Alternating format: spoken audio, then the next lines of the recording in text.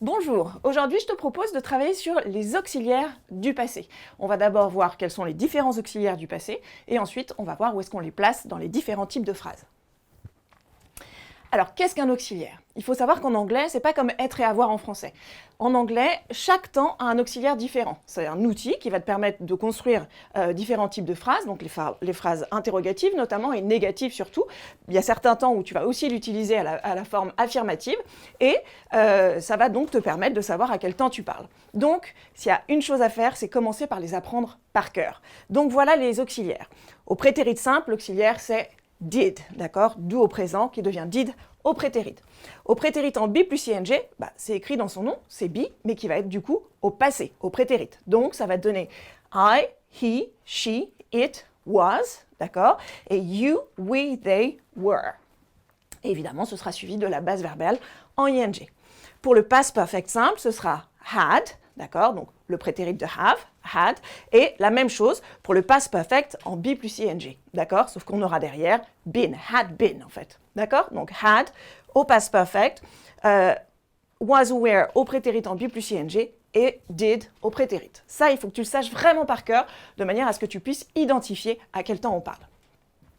Alors, on continue. Quelle est la place maintenant de ces auxiliaires? Comme dans toutes les questions, il va se passer devant ton sujet, d'accord? Que ce soit une WH question ou une yes no questions, tu le placeras quoi qu'il arrive devant ton sujet. Donc ça te fera au prétérit simple l'auxiliaire did plus le sujet plus ta base verbale, d'accord? L'erreur, ce serait de mettre deux fois la marque du temps, c'est-à-dire deux fois la marque du prétérit, et d'aller me rajouter un ed, d'accord? Ou un verbe irrégulier ici. Non, attention, tu dois mettre uniquement la base verbale, d'accord? Auxiliaire, sujet, base verbale. Donc ça va te donner did he go to school, d'accord? Est-ce qu'il allait à l'école? Donc tu vois bien ici, j'ai ma base verbale et mon auxiliaire, hop, qui est passé devant mon sujet. Au prétérit en be plus ing, c'est exactement la même chose. Tu vas donc utiliser cette fois-ci l'auxiliaire was ou were en fonction de ton sujet et tu mettras la base verbale auquel tu ajoutes ing. Le piège dans la construction de ce temps, c'est d'oublier le ing. D'accord? Donc, sois vigilant, fais très attention. Donc, ça va te donner, ici, tu as une question ouverte avec un mot interrogatif, tu vois bien, donc ça ne dérange pas.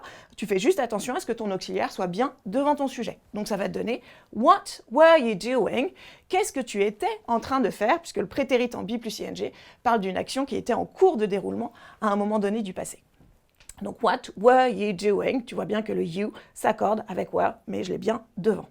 Au past perfect, même chose, l'auxiliaire passe devant aussi, donc mon auxiliaire c'est had, plus le sujet et cette fois-ci le participe passé, puisque c'est comme ça que se forme le temps, d'accord? Donc l'auxiliaire plus le participe passé du verbe, et donc ça va te donner What had I done? Qu'avais-je fait? I kept asking myself, donc mot interrogatif, auxiliaire, sujet, participe passé, d'accord? Et enfin, au past perfect en be plus ing, how long had you been waiting? Donc j'ai bien mon had, mon sujet, mon been et ma base verbale en ing. Donc ça, tout ça, c'est des espèces de formules magiques sur comment est-ce que je forme les temps, d'accord? Et donc ça aussi, tu peux les apprendre par cœur si tu n'es pas très à l'aise avec la formation des temps, d'accord?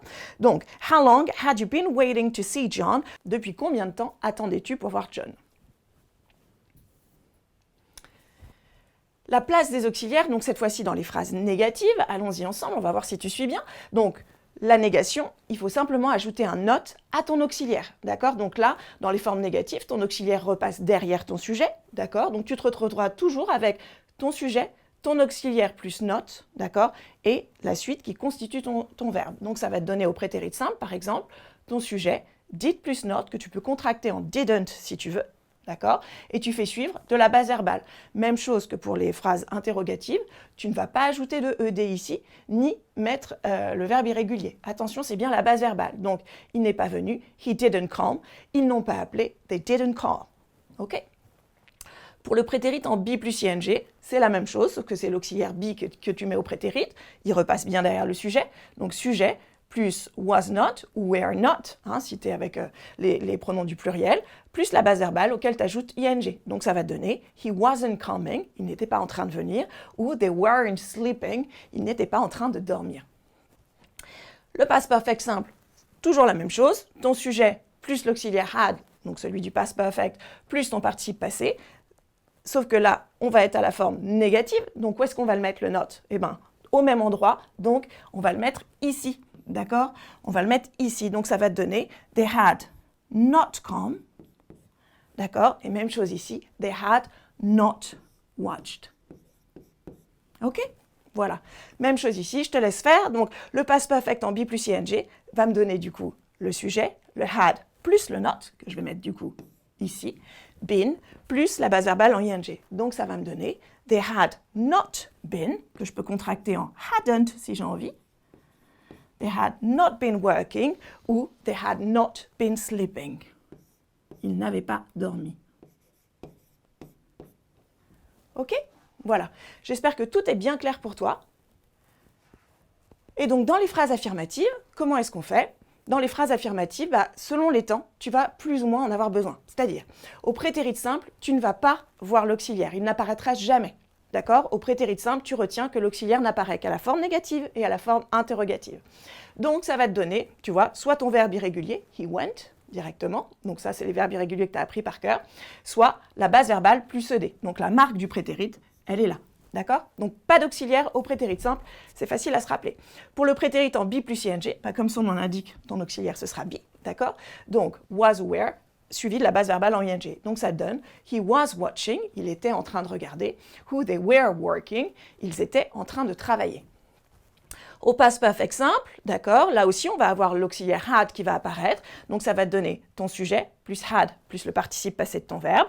Donc, ça va te donner he had watched, d'accord, il avait regardé, ou they had worked, ils avaient travaillé.